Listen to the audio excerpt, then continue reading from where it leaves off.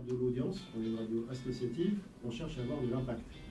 Et en donnant la parole à des gens qui ne l'ont pas, c'est comme ça que nous, on a de l'impact.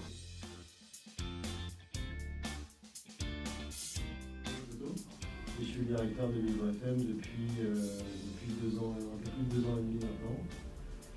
Vivre FM, c'est à la fois la radio en termes de direction et quelque chose qui s'appelle le Media Lab, qui n'est pas ici, qui n'est pas dans le 18e, mais qui est dans le 17e, et qui est un centre de remobilisation pour personnes handicapées psychiques par les métiers de la radio, du théâtre et de la vidéo. Donc on organise des stages de 2 mois pendant lesquels on prend des gens qui n'ont plus confiance en eux et plus confiance en les autres.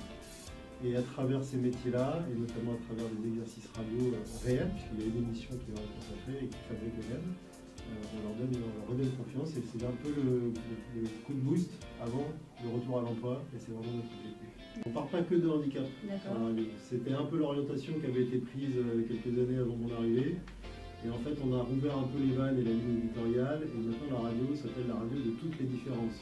Dès qu'on a vent d'une discrimination ou d'une déficience, voilà, on considère que ça peut être une force et on en fait une force nous à l'antenne. Alors l'idée c'est de faire parler des gens qui n'ont pas la parole, globalement.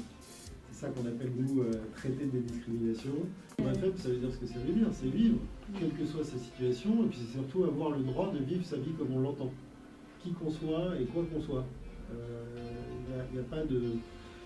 Les gens différents ont le droit de vivre leur vie comme ils l'entendent. Ça, c'est vraiment un claim important pour nous, et c'est ce qu'on revendique à l'antenne.